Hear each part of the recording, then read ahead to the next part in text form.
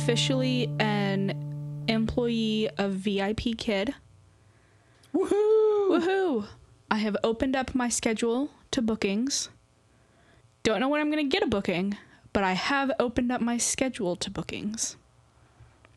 So I'm excited about that. We'll see how that goes. Great.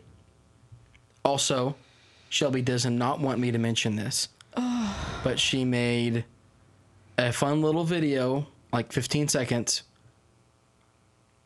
It's like a promo video for her teaching skills. Anyways. It's an introductory video. So she made that for the website. I helped her film it a little bit. And I posted that on YouTube. Unlisted, so you can't just search for it, but I'll post a link in the show notes. Thank goodness. If you want to view it, I highly recommend it. Please, let me just save you 15 seconds of your time. These are valuable seconds that you can be spending with your loved ones or with anybody else. You could do anything else with that time other than watching this video. I highly encourage you watch this video with your loved ones.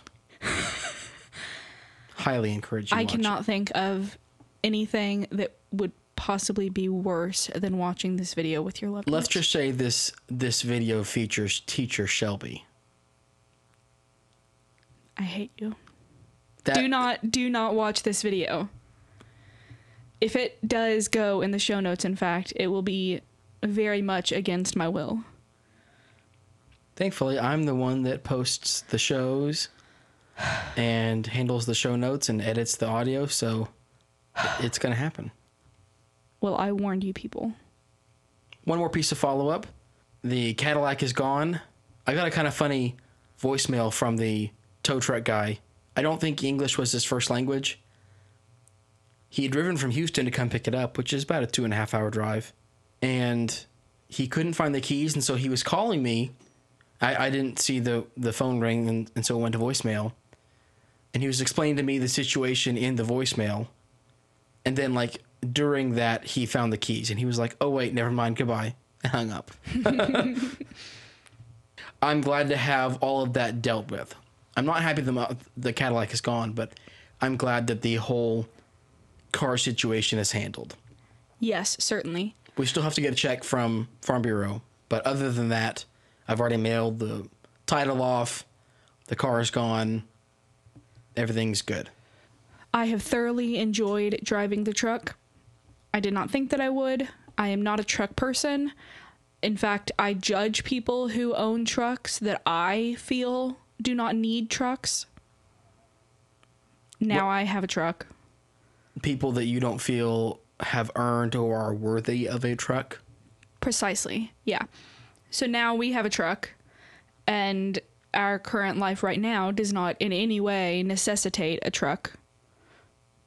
Is necessitate the right word? Yeah, necessitate, yeah. Okay. So now the shoe's on the other foot. Now the shoe's on the other foot, my foot specifically. And I have found myself overcome with what I would consider to be a traditional truck owner's mindset. Now whenever I'm driving down the road and I see other trucks, I notice, my truck is bigger than their truck. What little plebes they are. Their truck should bow at the foot of my truck. I could crush them with my big truck. Their truck is so small. That's not the right mindset to have when you only have a V8 half-ton. You know, you're right. I imagine most people listening to this probably live in Nacogdoches or somewhere near. But if for some reason you live in a big city, we live in East Texas. East Texas is full of agriculture and lots of industries where you need a truck. It's Absolutely. also full of lots of people who just want to have a truck because that's how you're a man and that's how you're a Texan. Yes, that is what applies to most of the people that I know. Most of the truck owners that I know do not need a truck. They don't need a truck. They have a truck. And just to finish up on that, I mentioned it was a half-ton and you're not one to judge. Probably by almost any other standard, our truck is a huge truck. It is a big car, or a big vehicle rather. People around here, like I said, they actually have industries where they might need them. It's not unusual to see 3/4 ton or full ton. I mean, our neighbors have 2 full ton dually trucks with extended beds. They are huge. They are literally probably 5 or 6 times the size and weight of like a normal small car. And those are a truck that I would name Big Mama. Right. Those trucks are fitting of that name. But that's why I bring up that it's a little bit, in my opinion, premature to be judging trucks against trucks. Oh, certainly. When you only have a half ton. Certainly, no. I totally agree. But I think that that is also an integral part of the traditional truck owner's mindset. It is constantly a mine is bigger than yours, while also totally ignoring anybody else's truck who might be bigger than theirs. I think that that's a very key part of the attitude that goes along with having a truck. I guess so. I don't have the attitude. I more have the attitude of, I really hope I can back into this space. Or I really hope I don't hit this car in front of me or to the side of me. Yes, I also have that feeling a lot.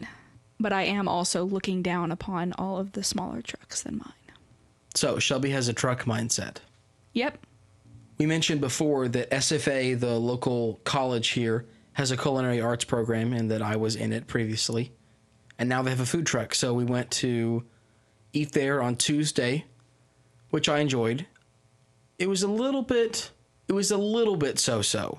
Now they have a fine dining concept, which is what they had whenever I was there, which really is, I mean, it really is amazing. Yeah.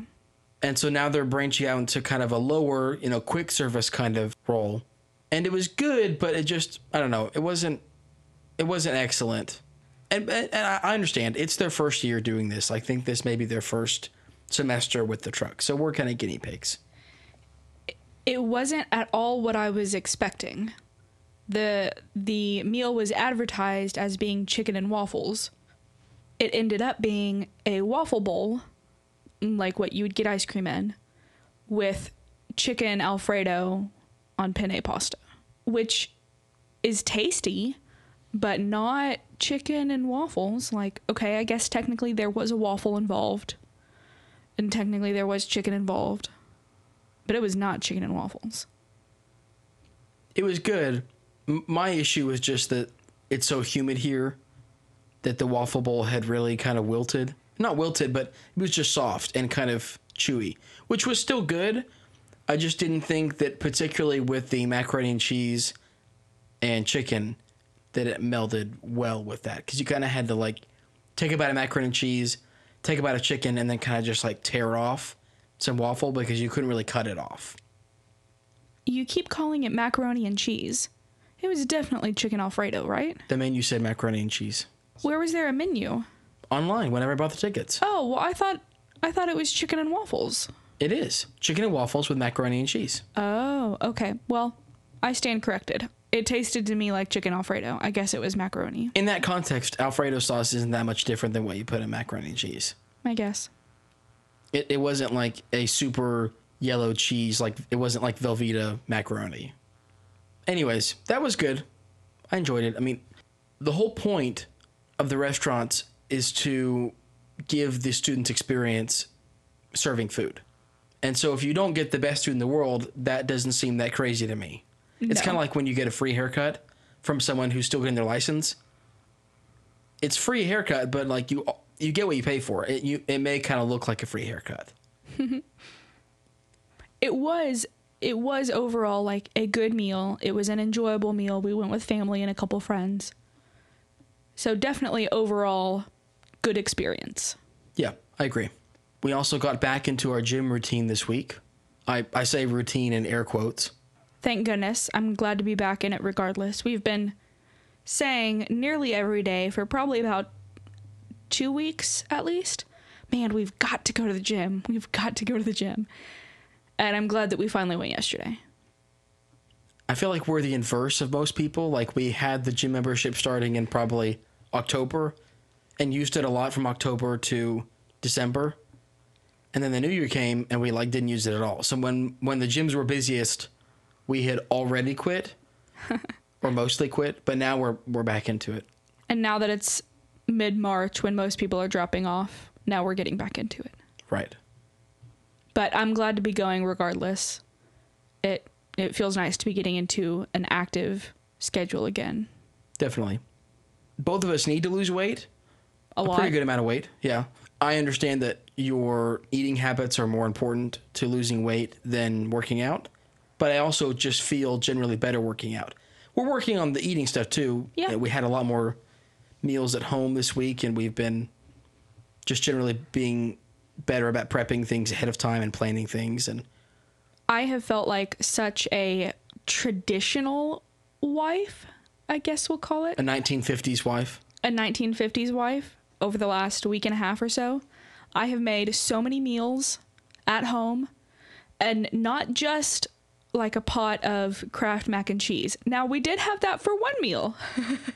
That was our college throwback meal. Yes, but that has not been our exclusive meal. I've made casseroles and soups and stir fries and baked chicken, just all sorts of yummy stuff. And it has all turned out well. Yeah. Grandma, if you're listening, we did make your taco soup recipe. It was good. I doubled the meat because that's what I do to a recipe. Maybe it was too much meat. Maybe you were right, actually, but it also made too much soup for the two of us. Oh my gosh. So we have like two like large serving containers in the fridge. We've mostly worked our way through one. We put another one right in the freezer. We'll probably end up putting the second one in the freezer too. Maybe so. We'll have to see. But that was good. So thank you for the recipe, Grandma. It had green chilies in it, as it should be. Absolutely. We're big fans of New Mexico cuisine. Anyways, yeah, I just wanted to bring that up. We may have more on that in the future. I said, routine in air quotes. I really should say working out in air quotes. I mean, whenever I go I'm and just do a real workout. Okay, Shelby does a real workout. Whenever I go, I just do cardio the whole time. And I know, you're supposed to do weightlifting. That's the way. I know. But I'm happy on an elliptical, which is the best cardio machine, if my understanding is correct. But that's where we are right now. Well, I support you doing any kind of workout you would like to do. Thanks, honey. Mm-hmm. Honestly, the thing that keeps me from going more is just strictly time. I don't mind being sweaty. I don't mind working hard there. It's strictly about how hard it is to make time in the day for it. Yeah. Like this week, I know I was going over my calendar a lot, my to-do list. I use Google Calendars, but I also use an app called Toggl, Toggl, to track my time. So I basically track all my time. Sleeping, when I'm in the shower, when I'm at work, when I'm driving, when I'm working on the podcast, when I'm working on photography, when I'm with family. I always have a timer running, which I really find helps manage my time, and I can see where I'm spending too much or too little. So I've just been very conscious of how I'm spending my time this week because I've been kind of going through that. I like to do just kind of almost like a monthly kind of clean out where I reprioritize stuff in my to-do list. I plan the calendar for the next little bit and really try to get a purpose to my time. I've also been working on my time tracking. Historically, I have not been time tracking, much to the chagrin of Nate, who is very productivity minded, I'll say. Now that I am working basically 3 different part-time jobs, 2 of which are just total work from home, make my own hours, it's so much more important for me to be tracking my time now. So I have finally gotten into it. In fact, I've spent 2 hours so far this week just working on my time tracking. Like actually going in and reviewing all of my time tracking, fixing all of the times whenever, I forgot to start my next task, going in, renaming my projects and adding my tags and things like that, because I'm trying to get it all in order so that it will be easy for me to continue to use. Yeah, to be clear, that's not very normal. I mean, I did the same thing when I started, but it doesn't take 2 hours every week to do it. Because that'd be, you don't want to spend all your time tracking your time so that you track your time. Like it's just at the front, it kind of takes some planning, and you kind of go through the week and you realize, well, what do I spend my time on? What ways does it make sense to segment it? How do I group things? Yeah. Yeah, I just thought it was funny to see how much time I've just spent on tracking my time. Yeah. But frankly, when I'm looking at my calendar, my to-do list, and my time tracker, those are kind of my 3 core organizational structures. I don't mind that because to me, that is setting your priorities and setting what you think is important. So for me, that's time well spent, and that keeps me from double booking things. It keeps me from stretching myself too thin or from having unrealistic expectations or for being lazy. It can go either way. But for me, that time is well spent. Yeah. Well, today was long. I have been procrastinating a big project at work, much like I did in college, much like I did in high school before that. There's a trend here of Nate procrastinating. Anyways, it's actually due tomorrow. It really should have been done Monday, but it's really due tomorrow. And so I spent hours and hours and hours just doing data entry. The most mindless, boring, looking at PDF, typing it into a spreadsheet. The kind of stuff that should already be automated, but, you know, not every company is super up to date on how technology can work. I love data entry. I love it. It's so monotonous. Oh, it's great. I do get to listen to lots of podcasts that way, so I did kind of work through a backlog I had, but all things being equal, I'd rather be doing something else. Anyways, but I'm still not done with it yet. I did about 60 entries today, but I have 20 more to do, and I'm sure I'll get a bunch more tomorrow because tomorrow's the deadline for other people too. So everyone else that's been procrastinating will also be pushing that off on me. But yeah, I got home just a little bit ago, and I'm completely exhausted mentally, physically. My neck hurts, my back hurts, my head hurts, because I knew I wasn't getting it and taking breaks like I should. Don't listen, Dr. White. She's definitely listening. Dr. White is Shelby's mother, who is a chiropractor. And who will scold me, Yep. certainly, after this episode. Yep, for sure. I would be expecting a text message saying, Nate, you need to get in the office. And she's right. Nate, you do need to get in the office. I do. So I guess I'll use this as a PSA that when you sit for long periods of time, it's important to get up every 20 minutes and you need to just stay there for like 20 seconds and you need to focus on something that's 20 feet away, just so it gives your eyes a break. You can kind of put your shoulders back and relax, walk around a little bit.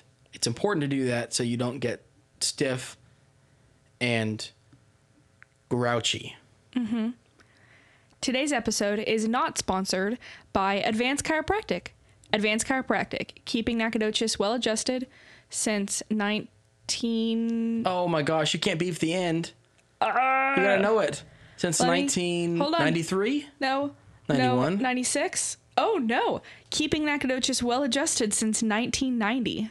Well, we have this other topic we keep pushing back about LARPing, but I think I'm too tired for it today. We've already been recording for 25 minutes, so... Is that a little teaser for next week? Tune in Monday to hear about LARPing. Tune in for our exciting LARPing cast on Monday. I'm not going to say, if you don't know what LARPing is, that's a good thing, because that would be very hurtful towards our many LARPing fans. But it's probably a normal thing if you don't know what it is. But we'll go into that later. We'll just keep pushing it down the road till eventually we have a boring episode. Not that we would ever have a boring episode. No, oh heavens, no. No. We only bring you the hottest, freshest content. Oh yeah. All right, anything else? Nope. See you next time.